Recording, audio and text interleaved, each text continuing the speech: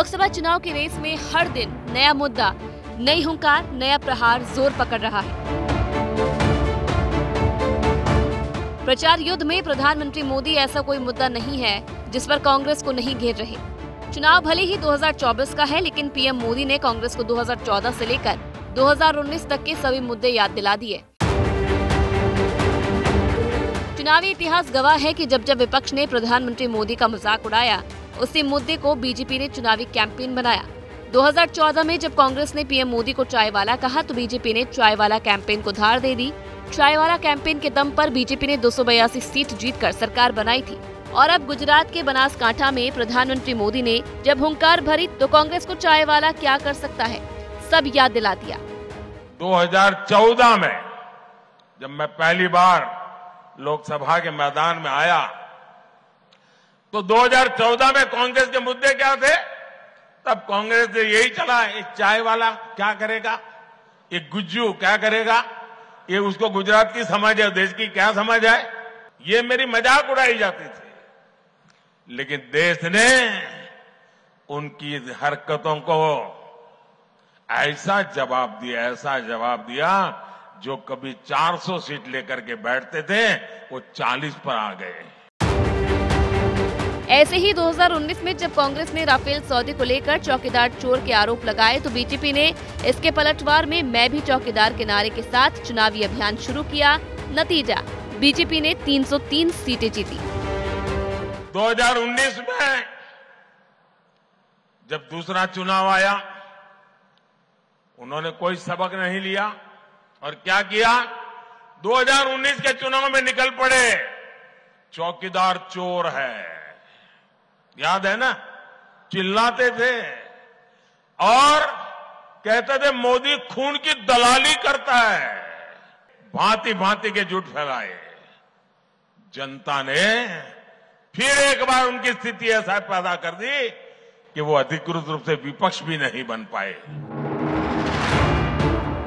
प्रधानमंत्री मोदी यही नहीं रुके, आरक्षण को लेकर एक बार फिर कांग्रेस पर जमकर हमला बोला और कहा कि जब जिंदा हूं, धर्म के नाम पर आरक्षण का खेल नहीं खेलने दूंगा। अरे कांग्रेस वाले, उनकी जमात कान खोल के सुन ले, ये मोदी है,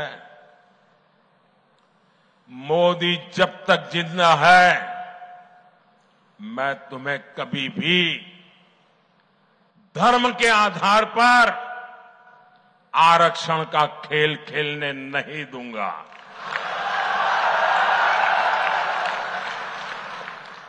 एससी, एसटी, ओबीसी और सामान्य वर्ग के गरीब, उनको जो आरक्षण मिला है, संविधान के तहत मिला है। मैं आज कांग्रेस के शाहजादे को, कांग्रेस पार्टी को और कांग्रेस के सारे गाजे बाजे बजाने वाली जमात को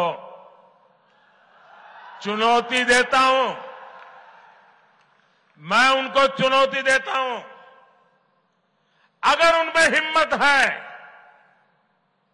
तो घोषणा करें कि वे कभी भी धर्म के आधार पर न आरक्षण का दुरुपयोग करेंगे, न संविधान में खिलवाड़ करेंगे, न ही धर्म के आधार पर किसी को आरक्षण देंगे। पीएम मोदी ने आरोप लगाया कि कांग्रेस पहले भी झूठ बोलकर सत्ता में आई थी और अब 2024 में एक बार फिर कांग्रेस और उसके सहयोगी दल झूठ को लेकर मैदान में आए हैं। ये लोग मोहब्बत की दुकान चलाने के लिए निकले थे, अब मोहब्बत की दुकान में फेक वीडियो का बाजार खोल दिया है। अब चुनाव में उनकी बातें नहीं चलती हैं, तो फर्जी वीडियो बना करके फैला रहे हैं।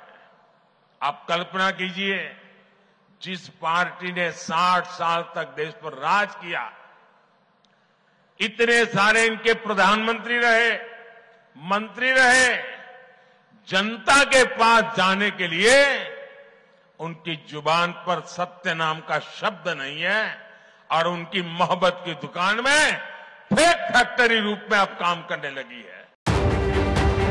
प्रधानमंत्री मोदी ने दावा किया है कि इस बार कांग्रेस पहले से भी कम सीटों में सिमट जाएगी। गुजरात के बनासकांठा में पीएम मोदी राहुल गांधी पर भी निशाना साधते हुए नजर आए और आरोप लगाया कि राहुल ने ओबीसी समाज का अपमान किया है।